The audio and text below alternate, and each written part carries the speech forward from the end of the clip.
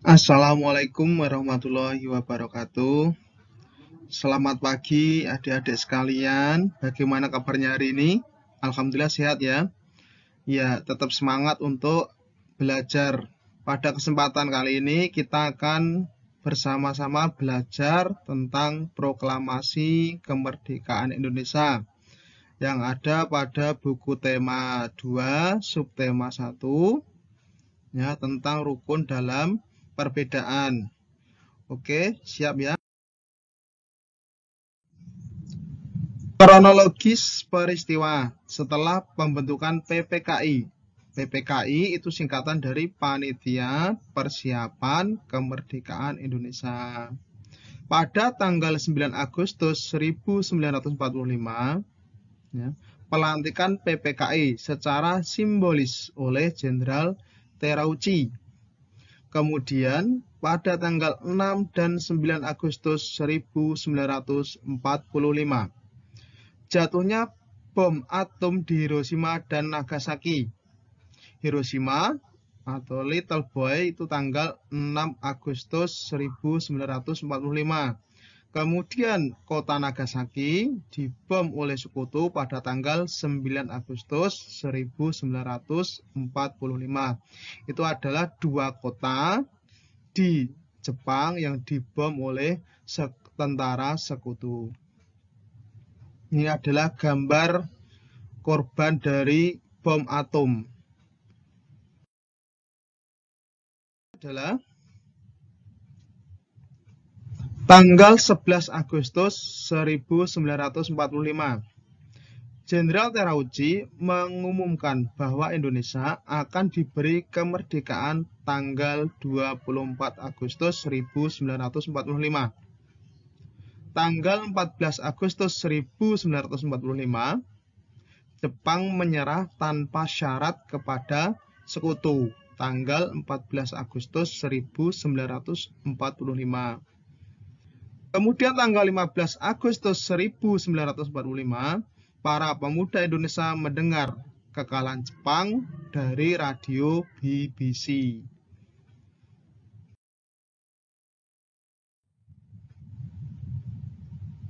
Peristiwa Rengas Dengklok. Peristiwa Rengas Dengklok terjadi tanggal 16 Agustus 1945. Peristiwa ini dilatar belakangi karena perbedaan pendapat antara golongan tua dan muda tentang pelaksanaan proklamasi kemerdekaan Indonesia. Peristiwa Rengas Dengklok bertujuan untuk menjauhkan Soekarno dan Muhammad Hatta dari pengaruh tentara Jepang. Berikut ini adalah pendapat golongan tua.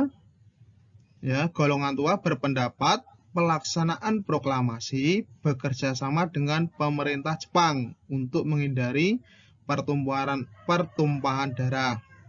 Kemudian dari pihak golongan muda berpendapat bahwa pelaksanaan proklamasi dilaksanakan dengan kekuatan sendiri tanpa bantuan dari tentara Jepang. Itu adalah dua pendapat antara golongan tua dan golongan muda tentang pelaksanaan proklamasi kemerdekaan Indonesia.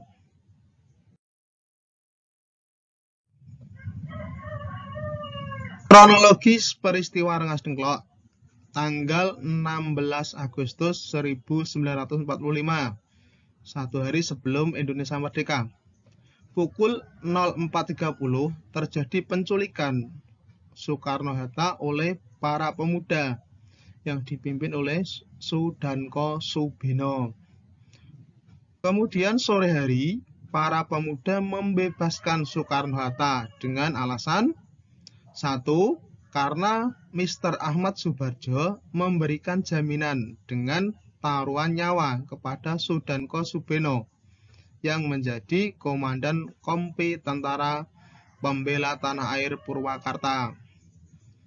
Alasan yang kedua, bahwa proklamasi kemerdekaan akan dilaksanakan selambat-lambatnya tanggal 17 Agustus 1945 pukul 12 siang.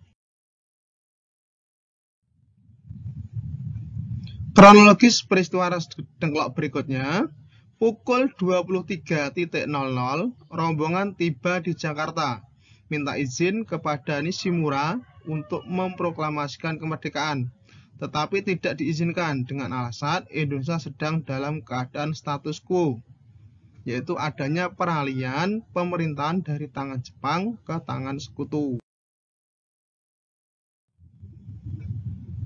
Kronologis penyusunan teks proklamasi. Perumusan teks proklamasi diadakan di rumah Laksamana Maeda karena beberapa alasan. 1. Laksamana Maeda mendukung perjuangan bangsa Indonesia. Yang kedua, faktor keamanan terjamin karena Laksamana Maeda merupakan angkatan laut dan hak prerogatif kekuasaan militer angkatan laut yang tidak dapat diganggu-gugat oleh angkatan darat.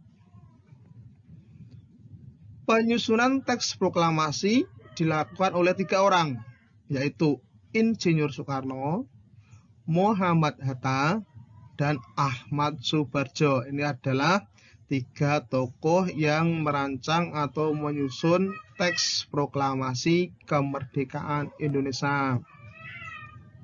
Ini adalah gambarnya, ada Pak Karno dengan Muhammad Hatta, kemudian ada Ahmad Subarjo, dan gambar Pak Karno sedang membacakan teks proklamasi.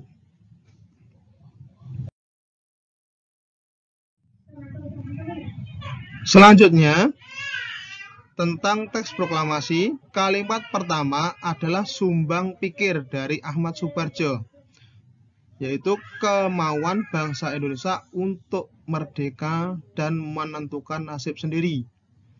Kalimat kedua adalah sumbang pikir dari Muhammad Hatta, pengalihan atau pemindahan kekuasaan. Ini adalah gambar dari teks proklamasi yang ditulis oleh Bapak Insinyur Soekarno.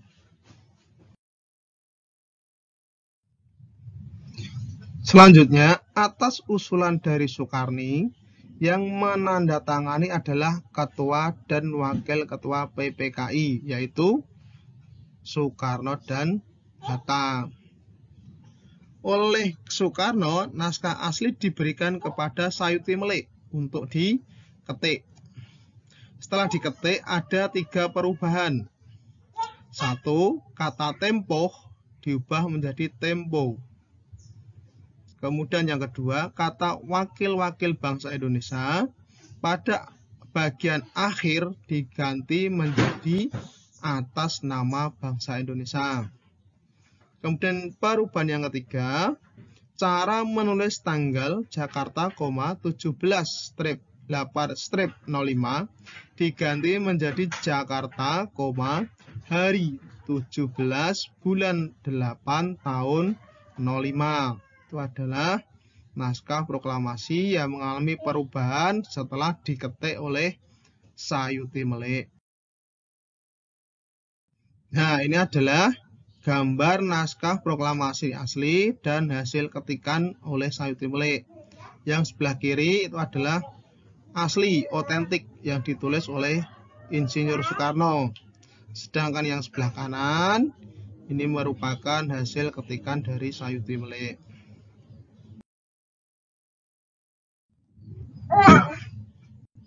Kronologis pelaksanaan proklamasi.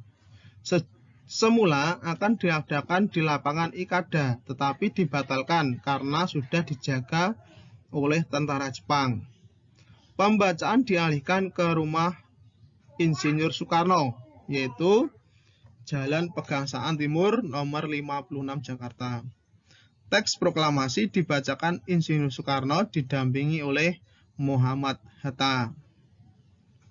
Dilanjutkan pengibaran bendera merah putih oleh Sudanko Suhud, Sudanko Latif Hendraningrat, dan Trimurti. Ini adalah 3 tokoh yang mengibarkan bendera merah putih. Selanjutnya, Bendera pusaka dijahit oleh Ibu Fatmawati Soekarno. Ini adalah istri dari Bapak Soekarno. Dilanjutkan dengan menyanyikan lagu Indonesia Raya, karangan W.R. Supratman. Ditutup dengan sambutan dari Wali Kota Jakarta, yaitu Suwiryo dan Dr. Muwardi. Ini adalah gambar tokoh-tokoh yang berperan dalam persiapan proklamasi kemerdekaan Indonesia. Ada Ibu Fatmawati yang menjahit bendera merah putih, kemudian ada W.R. Supratman yang menciptakan lagu Indonesia Raya, kemudian ada Suwiryo dan Dr. Muwardi selaku Wali Kota Jakarta. Selanjutnya, tugas kalian adalah membuat rangkuman terkait dengan materi proklamasi kemerdekaan Indonesia. Yang kedua, mengerjakan soal pilihan ganda, isian singkat dan uraian yang ada di website www.gurugerobokan.com. Ya, yang sudah saya bagikan linknya di deskripsi akhir video yang saya share ini.